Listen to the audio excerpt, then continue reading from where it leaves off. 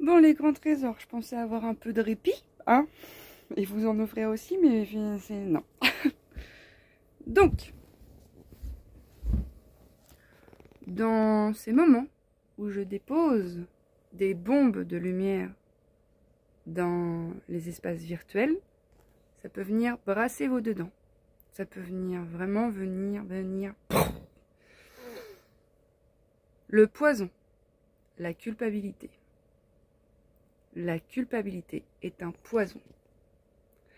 Je dis ça parce que j'ai eu plusieurs retours de plusieurs d'entre vous qui ont dit « Mais en fait, moi aussi, j'ai porté cette énergie d'emprise et j'ai eu des comportements relatifs à du viol énergétique sur des personnes. Moi aussi, Céline Joselon, ayant porté cette énergie, si je regarde depuis le prisme qui est là actuellement pour moi, si je regarde en arrière, moi non plus, mes comportements n'ont pas toujours été relatifs au vivant. Je n'ai jamais violé quelqu'un, mais si j'observe aujourd'hui avec toute humilité, il y avait quand même des comportements pas relatifs au vivant que j'ai pu avoir. Je peux culpabiliser, mais je ne veux pas culpabiliser. La culpabilité, c'est quoi? C'est la nourriture du non-soi. Et là, j'ai une image, les petits gris. Vous savez, ces petits personnages qu'on appelle les petits gris, là. Nous sommes clafis de petits gris. Ces entités pas lumineuses qui vont et viennent et qui élisent domicile dans nos dedans. Quand elles y trouvent une énergie favorable. Et là, j'ai vu cette image. Le petit gris, c'est une forme pensée, son corps, tu vois. C'est la pensée que je suis pas assez, ou que c'est comme ça que ça se goûte normalement, la sexualité. C'est toutes les pensées relatives au non-vivant qui se déplacent dans vos dedans. Ces petits gris n'ont pas de contour, juste la forme pensée qui détermine leur contour. Si tu poses la lumière de ta conscience sur ces espaces, les petits gris disparaissent. Parce qu'ils n'ont pas de corps densifié. Parce qu'ils ne sont pas le réceptacle originel de l'amour. Ils ne sont que des formes pensées illusoires. Alors, les dépôts que je fais sont assez conséquents et puissants. Vous avez la puissance pour recevoir, si vous écoutez cette vidéo, bien évidemment. Nous ne sommes pas seuls. Les végétaux, les minéraux, vos frères et sœurs nous accompagnent. Pour moi, il y a la sélénite et il y a du cristal, je pense que c'est de l'améthyste, du mont Shasta, qui sont avec nous au moment où je vous parle. Il y a aussi l'énergie du puissant serpent qu'Ariane, tu m'as partagé.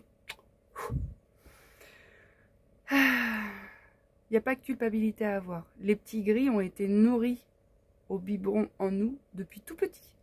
Donc c'est ce que nous avons cru être.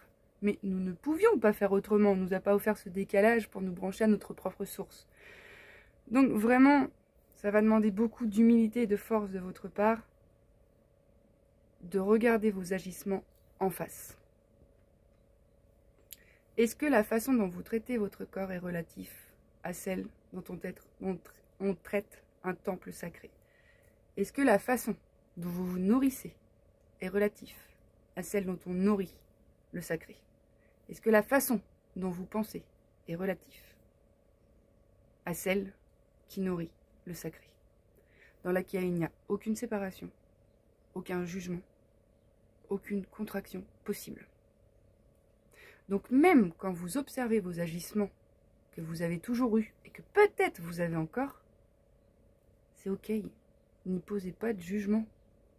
S'il vous plaît. S'il vous plaît, c'est important. Je vais prendre un exemple pour moi. La cigarette est revenue dans mon champ il y a 2-3 semaines.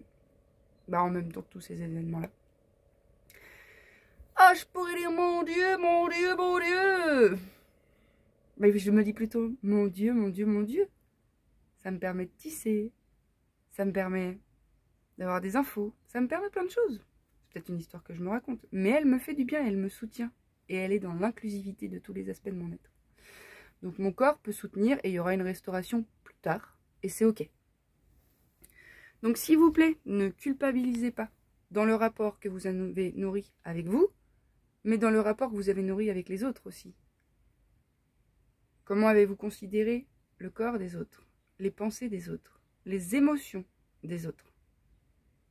Et si vous pensez qu'il y a eu des distorsions et que c'était les petits gris qui étaient en vous, qui ne sont pas vous, hein, rah, qui se nourrissaient, alors vous pouvez apposer le pardon dans votre dedans et faire circuler vers toutes ces personnes que vous avez potentiellement malmenées. Moi, j'ai commencé des restaurations. J'ai écrit un message à un homme qui n'est plus dans mon champ depuis 15 ans, avec qui j'étais en couple il y a longtemps. Non, peut-être pas 15 ans. Mais là, j'ai appris qu'il allait être papa. Et alors, de cette renaissance, j'en ai profité.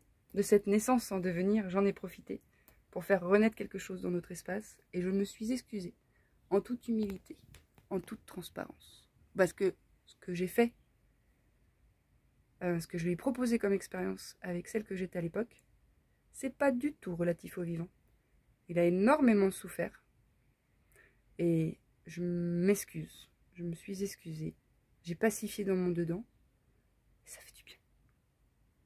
Voilà. Peut-être maintenant je vais pouvoir m'allonger.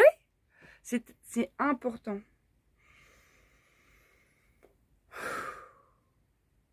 Ce n'est pas ce que nous sommes, ces petits gris. Je vous propose ma lumière universelle pour les mettre en lumière. Et puis, à travers mes partages, pour que vous puissiez accrocher la vôtre à la mienne de lumière, qui n'est autre que la nôtre, et qu'ensemble, nous puissions nous dévoiler. Ok, les amours?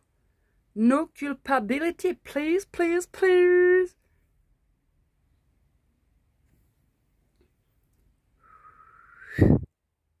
À tout vite.